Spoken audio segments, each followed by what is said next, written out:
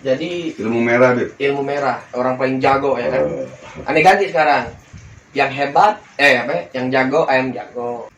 Ya, yang hebat hanya Allah, yang jago ayam jago, Yang sakti keras sakti, no di TV no. di TV, Jadi gini nih hubungan ada Bang Haji nih ya, hubungan ada Bang Haji. Jadi aneh lihat, demi Allah, aneh tadi kecewa sama Bang Haji. Kok Bang Haji melempem? Afwan Bang Haji ya? Maaf Bang Haji, maaf Bang Haji, maaf. Apaan? Kok Bang Haji kok melempem aneh tanya? Aneh telepon Ustaz Zainal yang menyaksikan langsung. Bib, kok Bang Haji melempem? Ente belum tahu Bang Haji udah mau kata meja udah segala rupa, nantangin Bang Haji tembak begini. Karena beliau meremehkan Bang Haji ketika Bang Haji ngirim video, begitu kan, katanya ini mau bohong. Terus yang ditembak paling kena gotri paling bentol, bilang gitu. Sekarang coba, ini guru Al-Fakir, Kalau ente mengenal sosok habaib, ingat, Pak Kebumi ini para habaib.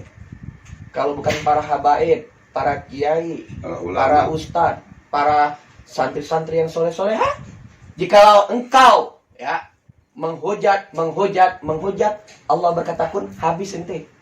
Paham ente? Karena apa? Zuriatnya Rasulullah ente hina, para ulama, para kiai, para ustadz, santri ente hina, hancur ente. Nah ini guru aneh. Beliau yang mengajarkan para habaib termasuk ana Muhammad Salim Jinan Al-Habsyi bin Fuad Al-Habsyi bin Ahmad bin Muhammad bin Hasan bin Alwi bin Hasan Al-Habsyi. Kalau itu ente monggo, ente keramat Tanjung Priuk kek, ente mau ke Robito kek, cek nama aneh.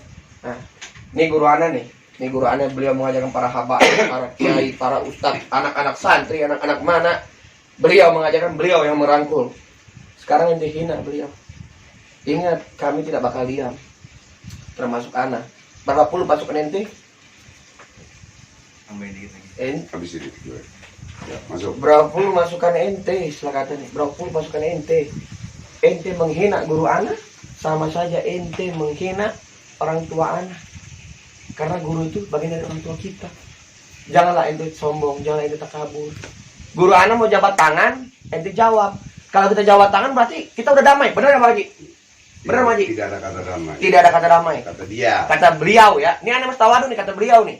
Kata ilmu merah. Kata ilmu merah, kalau Bang Haji jabat tangan berarti udah damai. Dan dikasih buku juga sama Bang Haji, dikasih buku. Buku pemurahan itu dalam syariat Islam dikasih. Digini nih lihat ya, nih digini nih. Digini doang. Sombong amat, aneh aja nih terima, aneh pelajari, berarti ilmu itu udah tinggi. Jadi tahu nggak? Dukun dan dokter itu sama-sama menyembuhkan.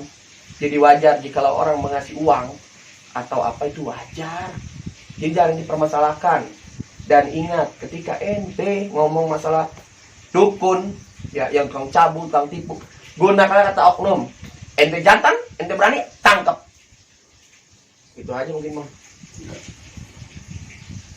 Ya, tambahan dari Mebri. Kaptos, ada bahasa Arab. Ya, ngomongin cengan. Tadi ada pertanyaan dari Bang Haji, Rasulullah ditimpuk berdarah ketika di Taif, Iya. ya kan? Ya. Di panah pun juga mempan kan? Tapi kenapa sekarang orang punya ilmu kebal dan sebagainya? Iya. Pertanyaan tadi mungkin belum, mungkin terlewat tadi. Iya. Nah, Banyak orang awam juga tidak mengerti. nah betul, banyak Zaman orang awam milenial tidak sekarang mengerti. Tidak mengerti. Pertanyaannya, kenapa para wali Allah banyak yang sakti? Apa wali Allah itu sesat? Iya. Jadi, boleh menggunakan akal, tapi jangan kebablasan. Ya. Ada wilayah akal yang bisa mengupasnya, dan ada wilayah akal yang tidak mampu menembusnya. Jangan dipaksakan. Sama halnya, piring dipaksakan masuk di lubang kecil, di botol misalkan, dipaksain. Tidak bisa. Satu. Yang kedua, kebal, silat, dan segala macam. Kan juga nggak ada di zaman Rasul, di zaman sahabat. Silat Indonesia kan nggak ada. Lalu apakah mereka yang belajar silat salah? Jadi itu semua adalah ilmu. HP di zaman Rasul juga nggak ada. Adanya Rasul mana? Nah, itu adalah ilmu. Maka kebal, silat itu adalah ilmu dunia semua. Hanya tinggal si penggunanya mau menggunakan ke arah akhirat atau memang untuk menghancurkan dirinya dalam kenistaan dunia. Itu dia persoalannya. Jika mereka menggunakan ilmu kebal, ilmu silat untuk menghancurkan dirinya dalam kenistaan dunia, itu untuk memanipulasi atau menipu. Cabul misalkan, seperti itu. Tapi tidak bisa dipukul rata ketika orang yang memiliki kemampuan di luar kebiasaan orang umum atau disebut dengan khariqul adah misalkan, lalu dikatakan dia juga dipukul rata, dia adalah cabul, penipu. Lah ini yang mengucapkan ini berarti nggak berilmu atau perlu belajar lagi. Sudah berilmu tapi berilmu dalam bab lain. Dalam bab ini dia harus belajar lagi. Tidak boleh merasa cukup dalam satu ilmu lalu mengeneralisir atau memukul rata semua ilmu dia seakan-akan tahu, nggak bisa gitu loh. Seperti itu. Terus kemudian ketika Rasulullah SAW berdakwah di kaum jin, maka kaum jin itu berubah wujudnya seperti gumpalan asap yang sangat lebat. Nah, jadi ketika jin misalkan dimasukkan ke dalam botol atau jin dimasukkan ke dalam tempat tertentu, kendi lah atau apalah, itu bukan, jangan dibayangkan seakan-akan physically yang masuk ke dalam botol atau physically yang masuk ke dalam kendi. Karena jin itu bisa berwujud asap. Buktinya apa? Dalilnya apa? Ketika Rasulullah berdakwah kepada kaum jin, itu mereka berwujud gumpalan asap yang tebal sehingga menyelimuti Rasul sallallahu alaihi wasallam, menutupi Rasul. Dan akhirnya ada jin yang masuk Islam. Jadi, dan jin yang masuk Islam pun sama seperti manusia, dia akan nanti insya Allah akan ditempatkan di surga. Jadi kalau ada yang mengatakan sebaik-baiknya jin adalah seburuk-buruknya manusia, kalau kata guru kami itu sempurna sesatnya. Gitu. Jadi ucapan tadi itu sempurna sesatnya. Ada yang mengatakan sebaik-baiknya jin, saya ulangi, jika ada yang mengatakan sebaik-baiknya jin adalah seburuk-buruknya manusia, itu sempurna sesatnya maksudnya ucapan tersebut, gitu loh. Jadi ada jin yang Islam, yang nurut kepada Rasul, yang insya Allah nantinya dia masuk surga, gitu loh. Maka perlu pemahaman lebih dalam dan lebih jauh, seperti itu. Kalau memang jin itu sangat tidak baik bagi manusia dan dia tidak bisa bersahabat dengan manusia, itu masjid jin yang di Mekah kenapa nggak dihancurin? Itu kalau bermain logika atau majas seperti itu. Ustaz, jadi mau nanya nih. Jadi perlu ditekankan juga bahwa tidak segala sesuatu itu pasti akal bisa menembusnya. Lalu berikutnya, bagaimana cara akal membuktikan adanya Allah? Apakah harus Allah berwujud zat? Tidak. Tapi dilihat dengan kekuasaannya, kan begitu? Begitu pula ketika mana kekuatan jin, mana kekuatan pelet, mana kekuatan sihir. Ya dilihat bukan sosok jinnya secara fisikly, tapi dilihatlah dampaknya, kan begitu. Jadi untuk sebuah pembuktian tidak bisa serta-merta physically, gitu loh. Lalu apakah pembuktian Allah itu ada dengan fisiknya Allah? Nggak mungkin. Kalau memang segala hal yang gaib itu dituntut oleh oknum tertentu, oleh orang tertentu, dituntut untuk pembuktian secara physically, apakah dia bisa membuktikan Allah itu secara fisik? Apa Allah harus hadir secara fisik baru percaya kepada Allah? Tidak. Jadi pembuktian akan kebenaran adanya Allah adalah dengan kekuasaan-kekuasaannya, kan seperti itu.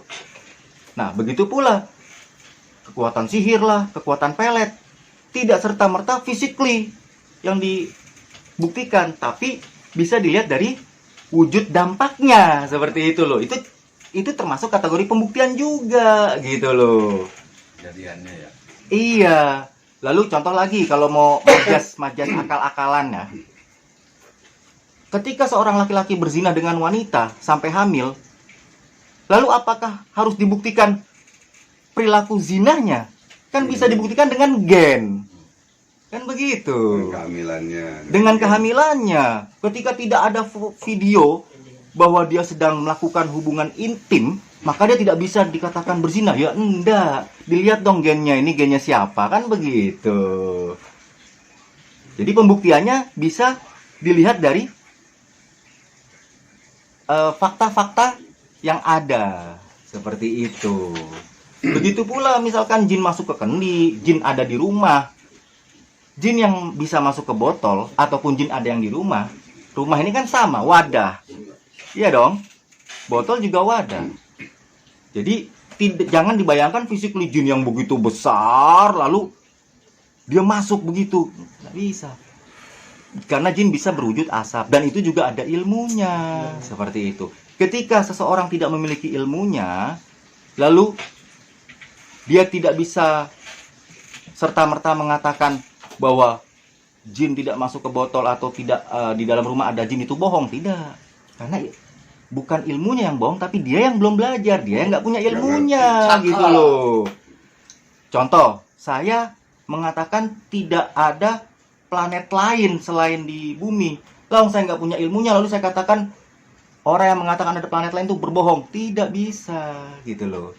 Saya harus belajar dulu ilmunya, dalami dulu, didalami pendalaman fakta atau dalam bahasa Arabnya tahqiqul manat dulu, pendalaman yang objektif bukan subjektif, baru nanti bisa mengambil sebuah kesimpulan. Itu pun masih perlu ada perbandingan-perbandingan seperti itu. Jadi kalau ingin ilmiah, jangan nanggung, jangan ilmiah yang subjektif versi dirinya sendiri. Harus ilmiah yang objektif, gitu loh. Seperti contohnya, bumi ini bulat atau bundar, kan begitu. Jadi ada ilmiah objektif. Gitu. Jadi mengatakan bahwa dukun itu cabul dan pembohong itu harus ada dukun cabul dan penipu, dukun cabul dan penipu itu harus ada pendalaman fakta. Berapa persentase dukun atau paranormal yang cabul, yang atau yang benar tuh berapa persentasenya, yang jujur, yang penipu berapa persentasenya. Adakan penelitian dulu, gitu loh. Setelah mengadakan penelitian, layaknya orang mengadakan penelitian tentang siapa calon atau kandidat pemimpin daerah misalkan seperti itu. Jadi harus ada penelitian dulu, ditanya dulu orang-orang yang ditanya itu berapa ribu, ya kan? Objek yang ditanya itu. Rakyat Indonesia 225 juta Nah, orang. kemudian para dukun yang sudah disurvei itu berapa ribu orang, lalu kemudian dari jenis ilmu apa yang sudah disurvei. Nah, itu harus jelas dulu. Berapa ribu dukun yang sudah disurvei, lalu mana dukun yang ilmu hitam, ilmu putih dan sebagainya. Lalu dari ilmu hitam ini yang melakukan pembohongan dan pencabulan berapa persen? Yang jujur berapa persen? Lalu kemudian yang ilmu putih yang melakukan pencabulan dan pembohongan publik itu berapa persen? Gitu loh. Ya ilmu apapun lah itu, gitu kan? Seperti itu. Jadi tidak bisa asal ucap gitu loh. Jadi harus ada pembuktian.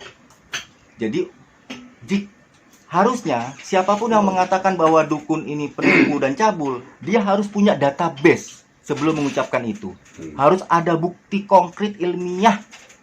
Kalau dia menuntut pembuktian, dia menuntut ilmiah, tapi dia sendiri dengan ucapannya tidak ilmiah, ini nonsen, bullshit ini, gitu loh. Nggak masuk akal sehat ini, nggak masuk akal waras ini. Harus di pengadilan dulu. Gitu ya. loh. Pengadilan. Dia seenaknya dia berucap dukun penipu, dukun cabul, tapi dia nggak punya data ilmiah, belum melakukan survei. Wah, ini pembohongan publik ini, pembodohan publik ini, Dan gitu loh. domba. Dan bisa ada unsur mengadu domba, membuat kisruh, membuat riuh, Iya. membuat suasana gaduh, gitu loh. Indonesia ini betul. Takutnya diduga untuk kepentingan pribadi, Dan untuk sekarang keuntungan sudah- pribadi takutnya diduga. Saya tidak memvonis ya, gitu loh. Siapa yang diuntungkan dan dirugikan dengan situasi yang chaos seperti ini, itu bisa dilihat. Jadi kalau emang ingin ilmiah, pembuktian dong. Jangan nonsen, jangan bullshit. Dirinya juga harus buktikan kalau dia sudah melakukan survei. Berapa dukun yang cabul, berapa dukun yang penipu, dan ilmu apa saja, dukun apa saja yang sudah dia survei. Kalau dia belum melakukan itu, ini berarti fitnah. Bisa jadi ini fitnah. Dan bisa jadi ini adalah kisruh yang sengaja atau gaduh yang sengaja dibuat atau tidak disengaja. Ini butuh pendalaman lagi. Ketika memang ada unsur kesengajaan untuk membuat gaduh demi kepentingan dan keuntungan pribadi, ini berarti perusak persatuan. Jadi banyak dampak-dampak hukum yang nanti advokat atau lawyer yang lebih mengerti dampak hukum, implikasi hukum dari ucapan yang sangat sederhana ini. Nggak bisa dia asal mengucapkan dukun itu penipu dan cabul, tapi dia belum mengadakan survei berapa ribu dukun yang sudah disurvei, berapa ilmu apa saja ini sih, nggak bisa. Harus ada survei konkret ilmiah baru dia bisa mengungkapkan itu. Kalau memang ingin ilmiah, ingin pembuktian dong, dirinya pun juga harus membuktikan akan ucapannya. Riset. Ustaz gini Ustaz. Ada tadi ingatnya tadi yang ente tadi ngomong masalah adanya jin, namanya masjid jin ya. Ya, nah sekarang Kita bertanya gini aja, barang siapa yang melihat jin berarti diragukan kesahadatannya. Itu bagaimana Ustaz? Coba tolong jelaskan Ustaz. Rasulullah bisa lihat jin. Baik. Ya. Syahadat itu kesaksian yang dari hati. Lewat mata melihat kebesaran Allah, hati yakin bahwa Allah itu maha benar. Adapun kesaksian terkait dengan baginda Nabi SAW yang kita tidak pernah hidup di masa beliau, maka kesaksian itu memang dari kepercayaan bahwa Allah itu maha benar dengan firman-Nya, dengan bukti-bukti yang lain sebagainya, dengan baik itu sejarah secara konkret maupun dalil-dalil nakli. Jadi secara akal, secara nakli diyakini walaupun kita tidak melihat Nabi. Hal yang gaib ini wajib diimani. Nah, wajib diimani hal yang gaib. Sedangkan jin, iblis, dan kroninya itu gaib. Kita beriman bukan pada mereka. Ini yang perlu digarisbawahi. Kita beriman kepada firman-Nya Allah yang menyatakan mereka ada. Seperti itu loh. Jadi kita bukan beriman kepada itu jin, itu iblis, itu setan. Justru dengan percaya adanya jin dan adanya iblis, itu salah satu bentuk kecil, wujud kecil dari imannya kita kepada Allah, bahwa kita membenarkan firman-Nya Allah. Seperti itu. Nah, masalah melihat bagaimana Ustaz? Baik. Diragukan. Tadi masalah keyakinan, sekarang masalah melihat. Oke. Beda bab. Nah, tadi di awal saya katakan bahwa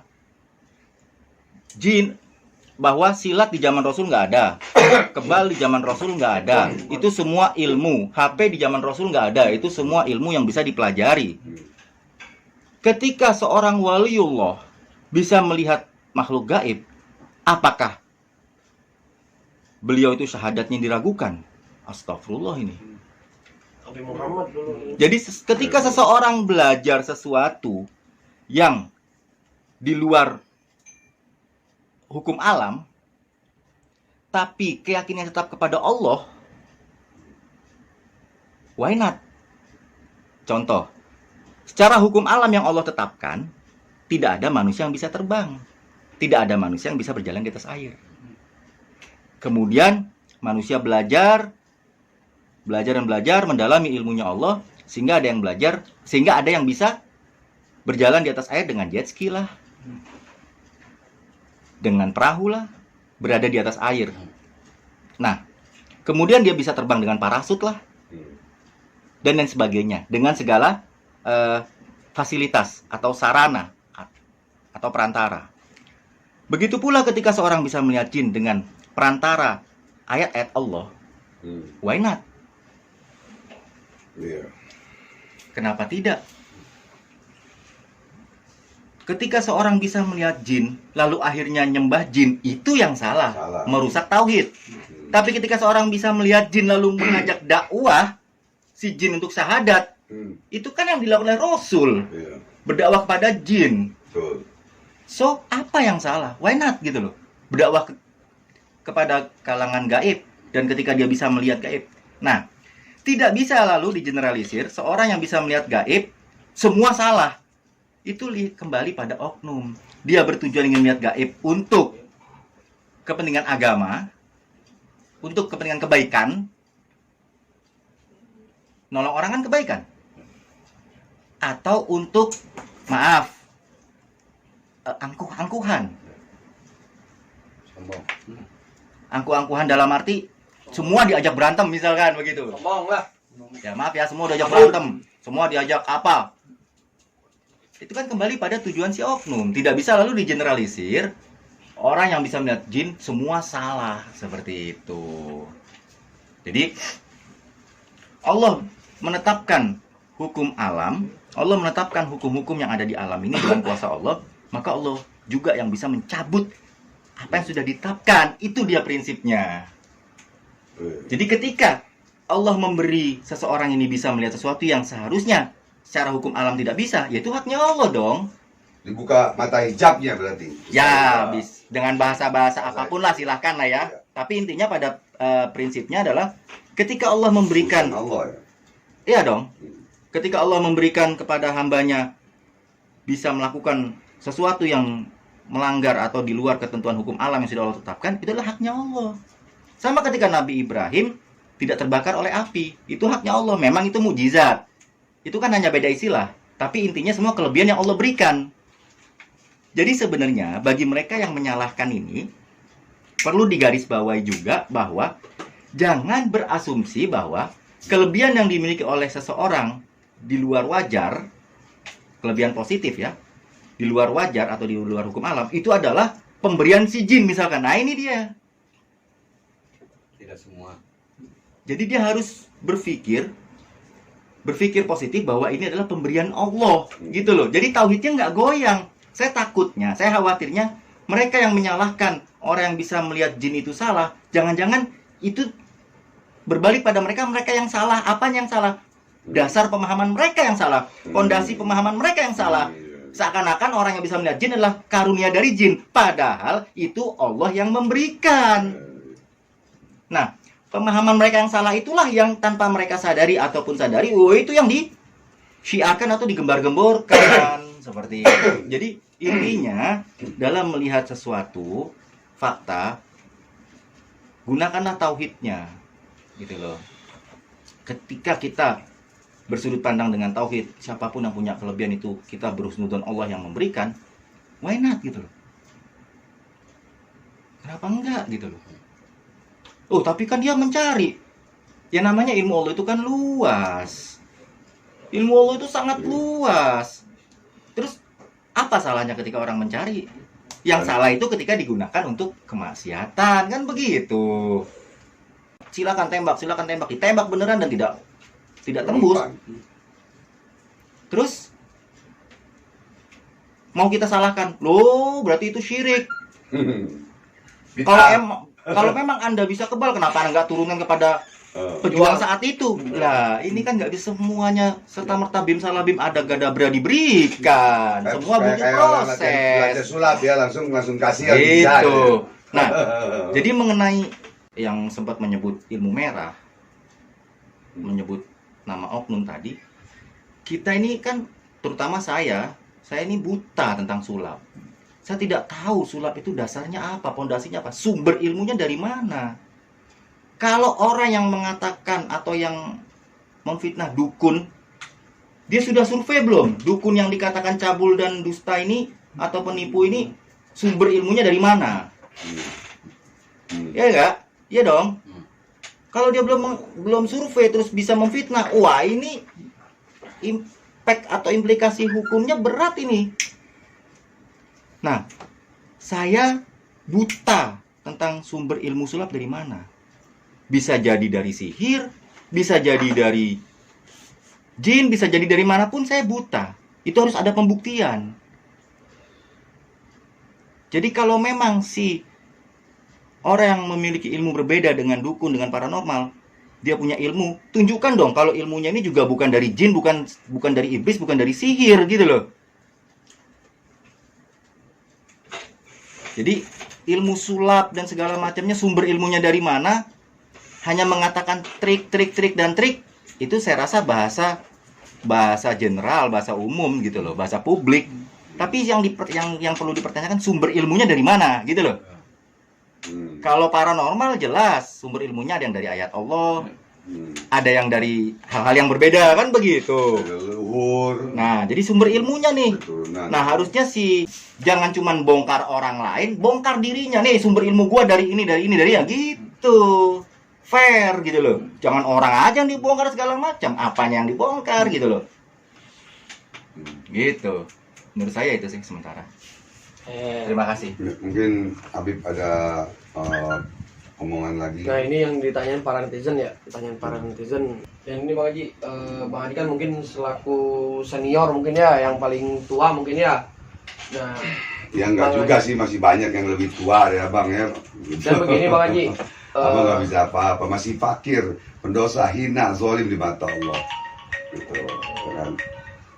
dan ya ulang ya. Bang Haji kan selaku yang paling senior ya Bang Haji ya.